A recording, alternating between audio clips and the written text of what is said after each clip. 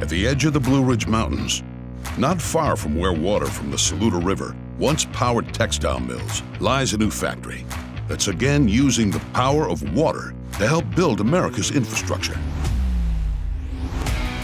This is Vermeer, an industry leader in vacuum excavation innovation.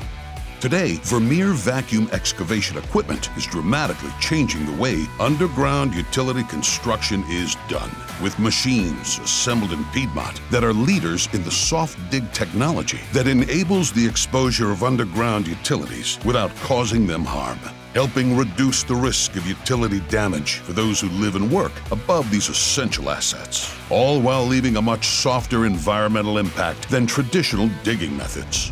Vermeer, underground overachievers, right here in Greenville.